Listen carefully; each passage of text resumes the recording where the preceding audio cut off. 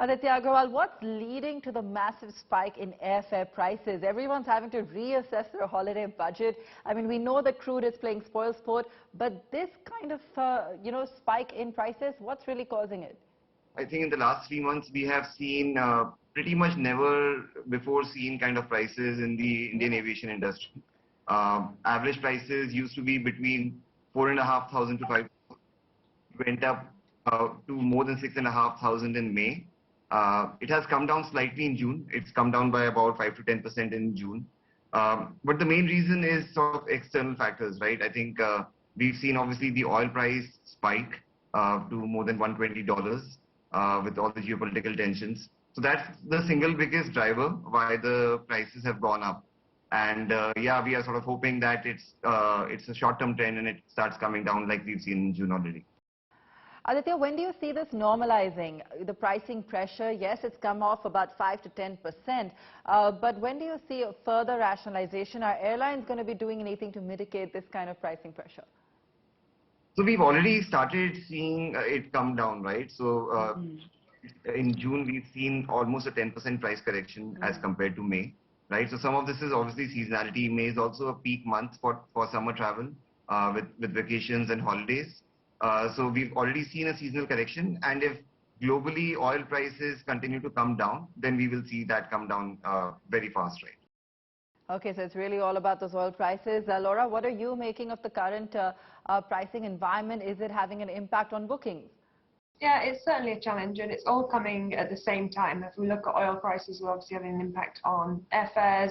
The demand is outweighing the supply right now. As capacity is still increasing. Most airlines are not back to full capacity. They're still dusting off their planes and bringing back crew. So these two things coming hand in hand is having an impact, but we're not seeing it dampening demand at all. We are seeing still that desire to go. And so when it comes to stabilization, I think as capacity comes back online, that will be the biggest potential stabilizer. But right now the demand is there and travelers are not put off by changes in pricing. All right, so one part of it, of course, is also bringing capacity back. And the other question then, Atul, and let me bring you in here, is really for the outlook on the travel industry. Given the kind of pent-up demand or the revenge demand that we're seeing in this case, the fact that the market is becoming less price sensitive, they're still choosing to go ahead with their travel plans despite those spiraling airfare prices, pushing, of course, for visas, and we'll come back to that in a moment. Do you see the travel industry continuing to grow now that it's back at those pre-pandemic levels? Do you see this kind of boom sustainable? Yeah, so, let's look at it this way. Everybody has a wallet share for travel, depending on your overall budget.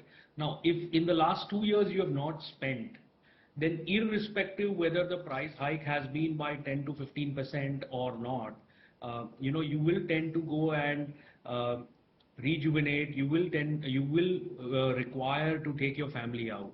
Now, what type of travel you are going to do, it depends on person to person's requirement. Or, if you were planning to go, let's say international, but the international waters are still not open in some of the countries, you will settle with one of the best holidays in India.